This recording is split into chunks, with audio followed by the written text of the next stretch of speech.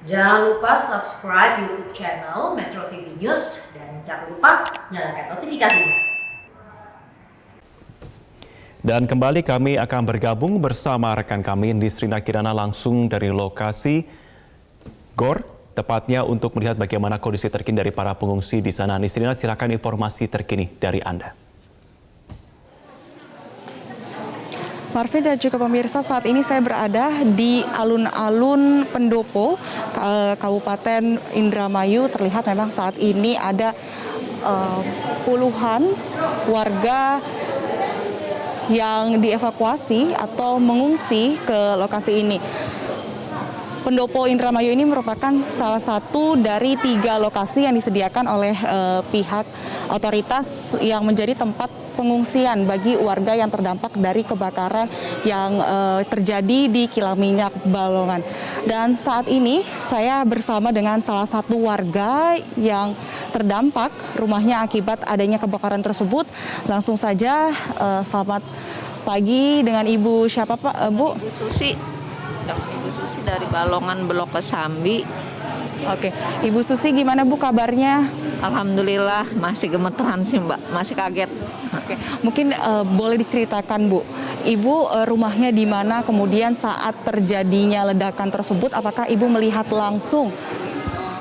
Kalau melihat langsung sih enggak ya Mbak ya, karena tertutup sama rumah-rumah juga.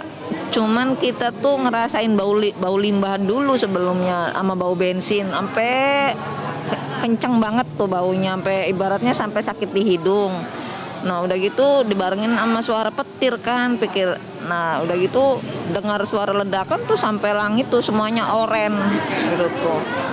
Orang-orang pada larian kan Mbak, ibaratnya itu kan kejadian kan masih jam 12 lebih tuh, masih jam 12 lebih pada larian keluar, ibaratnya ya nggak kepikiran mau nyelamatin apa kan, karena kita juga posisi rumahnya ibaratnya di tengah-tengah kilang, kayak saya sendiri deket pintu kilang kan. Nah kejadiannya kan di sini deket banget, kayak dari sini ke jalan aja ke situ cuma berapa meter aja gitu tuh. Sampai ya terasa banget ya, sampai ibaratnya nggak rumah saya sendiri yang kacanya pada pecah gitu tuh. Sampai ya cepet lari keluar aja nyelamatin udah gitu. Saat kejadian, saat itu kan tengah malam begitu Bu, apakah sudah tidur terlelap atau saat itu kondisinya sedang melakukan aktivitas apa Bu? Alhamdulillahnya saya udah tertidur, cuman ya itu ya terasa bau bensin gitu tuh. Ya emang sih sering bau-bau limbah kayak gitu tuh, bau ibaratnya limbah dari kilang gitu tuh. Cuman nggak nyangka sampai kayak gini kejadiannya gitu Mbak, ibaratnya.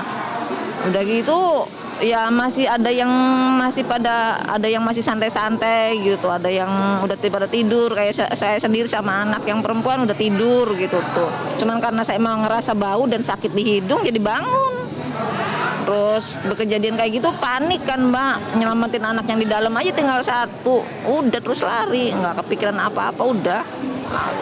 Ibu sendiri sudah tinggal di daerah Desa Balongan, khususnya di Blok Kesambi itu sejak tahun berapa Bu?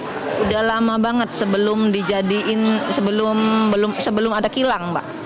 Sebelum itu tuh masih berbentuk desa, dulunya kan itu kan desa, terus kan digusur, dibikin kilang Pertamina itu. Terus kita udah di situ, udah di Balongan sebelumnya, udah lama banget. Dan posisi rumah kita tuh bener-bener di tengah-tengah kilang. Nah, dengan dibangunnya kilang begitu di tengah-tengah pemukiman, apakah saat itu ada upaya dari pihak Pertamina untuk melakukan pembebasan lahan Bu di lokasi tersebut atau seperti apa? Ya ada sih pengobatan sih Mbak. Pembebasan lahan? Oh nggak tahu juga tuh, karena saya juga masih numpang sama orang tua ya, tanahnya tanah orang tua, jadi ya nggak tahu juga kalau masalah itu, saya juga kurang tahu. Dampak dari kejadian sendiri di rumah Ibu itu apa aja selain kaca-kaca yang pecah atau apa aja Bu kerusakan-kerusakan yang dialami di rumah? Belum tahu tuh Mbak, belum dilihat sampai sekarang belum dilihat. Jadi ketika ledakan terjadi itu secara refleks langsung langsung masuk ke mobil, ibaratnya udah itu juga di rumah masih ada motor, pokoknya rumah nggak dikunci, semuanya masih nggak tahu lah Mbak, kayak sertifikat ini juga dapat kiriman dari temen gitu tuh, ganti baju gitu. Yang lainnya mah udah nggak tahu lah pokoknya saya mah. Oke, mungkin bantuan logistik Bu yang saat ini sudah diberikan dari pihak otoritas sendiri? Kalau dari pendopo tadi pas kita baru datang sini kan jam satuan ya, dapat air mineral, terus disediain kopi, teh gitu, air panas, sama makan tadi malam, sama tadi pagi sarapan nasi gitu. Udah.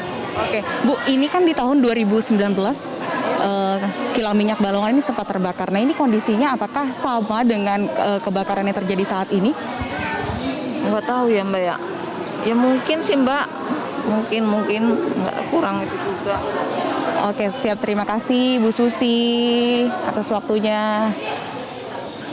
Ya Marvin, saat ini sejumlah warga nampaknya masih terus bertahan di lokasi pengungsian karena upaya pemadaman kilang minyak Balongan terus dilakukan karena belum sepenuhnya padam. Tadi terakhir kami memantau di lokasi, api juga masih berkobar dengan asap tebal yang masih meninggi begitu Marvin. Demikian.